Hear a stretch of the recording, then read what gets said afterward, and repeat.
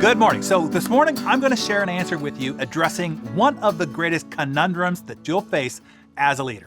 The question is this: how do you train people to be hardworking, disciplined, positive, and have a growth mindset and all the other attributes important to one's performance?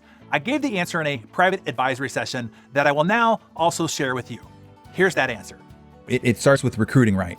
You find it rather than train it. I think it was Jim Collins who said, some people are just fundamentally inclined to work hard, no matter what it is that they do. They're just hardworking people.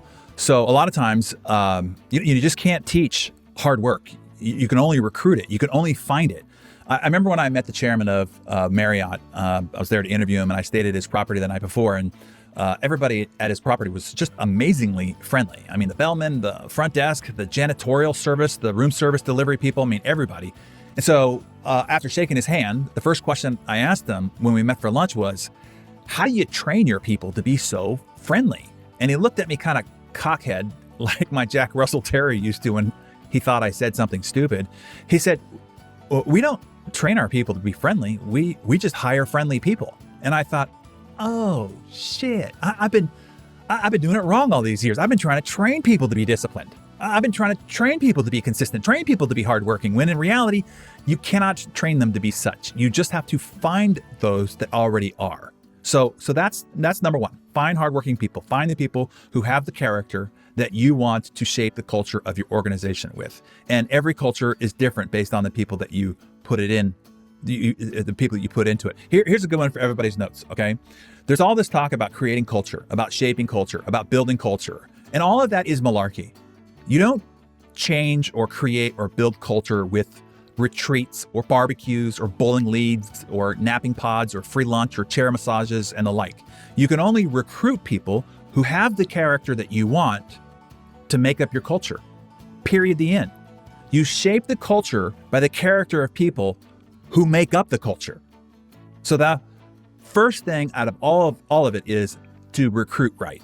Now, you're probably wondering, as they were, their follow-up question was, so how do you advise people in recruiting right? What does that look like? Let me also give you that important answer as well. Here you go. You're looking for the right fit, okay? And it falls under four categories of what defines fit. Number one, are they the right fit for you as the leader? People don't realize that you have to find people who can work well with you as the leader. It doesn't matter how big your organization is. They have to fit well with you, your expectations as the leader of the organization, as the alpha of the tribe. For instance, working with me, I like speed and rapid response. We call it hardy hustle. If you're slow or operate overly methodical, you will drive me knuckin' futz. I can't have it. I'm also a stickler for excellence. I'd rather do something with excellence than even overly optimized for profitability. I'd rather do fewer things with more excellence. But some people are comfortable just throwing a lot of shit against the wall and seeing what sticks. I am not. So I have to match that mindset. On our three core values are impact, growth, and excellence. And so if you don't have those as high values yourself, even if you're talented, you're just not going to be the right hire for me. It's what I expect. It's the kind of team I want to lead with the style of leadership that I have. So number one, they have to be a right fit for you. Number two, they need to be the right fit for your culture, which means that they share the core attributes that you require for your A team. Those attributes are needed to deliver on your brand promise. Our A team and their level of emotional intelligence and their empathy capacity, ability to care, their concern, their patience to deliver excellence in member experiences is far beyond my own capabilities, but it is what I needed to deliver the type of excellent member experience that I wanted our organizations to deliver.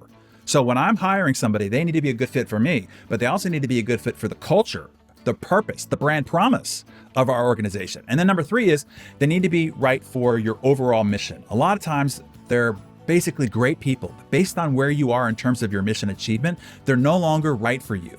You need different people at different stages of your mission.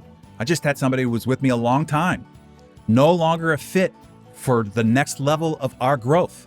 Couldn't make the growth transition from where we were to where we're going. As it's been said before, right? The people that get you out of Egypt, the warriors that free you from being slaves might not be the same leaders that can take you through the long, hard trek through the desert to the promised land. You see, there's different leadership skills that are required to keep a group together and hopeful over a long slog versus the warriors that get you out of Egypt. So just know that you need different people at different stages of your mission. So you want to recruit appropriately for where you are in your growth. And then fourth, of course, is the right fit for the position that you're hiring for, the particular skill competency that each role needs. But a lot of people start at that fourth one. They focus on recruiting a resume. And a resume is usually overinflated, wrong, or outdated anyway. You first need to find the right fit person for you, 2, your culture, 3, your mission, then the role. Recruiting and the payroll expense of an organization is the greatest expense and burden and responsibility the organization has. So learning to recruit right is essential.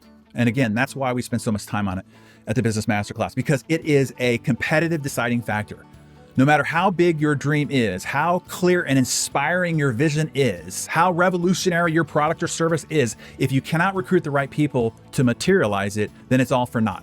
And it's been said many times before, the bigger your dream, the more important your team. If you have small, mediocre, uninspiring dreams, you can hire small, mediocre, uninspiring people. But if your dreams are inspired, if they're audacious, if they're revolutionary, you need to hire inspired, audacious, revolutionary performers on your team. And so what we go through, I show you, because most people don't know how to do this right. And I spent a lot of time figuring out myself. I've had to build teams, whether they are in office, virtual, globally distributed, what have you, is a framework to show you how you can recruit anyone you want and then get them to do anything you want. There's a framework for it, but you got to follow it in order to get it right. So now you tell us, Darren Daily friends, share at least 3 attributes, attitudes, behaviors, or work styles the people you recruit need to have in order to be their right fit with you. Tell us that in the comments below. If you want to build something extraordinary, you want to build something legendary, you must master the skill of building a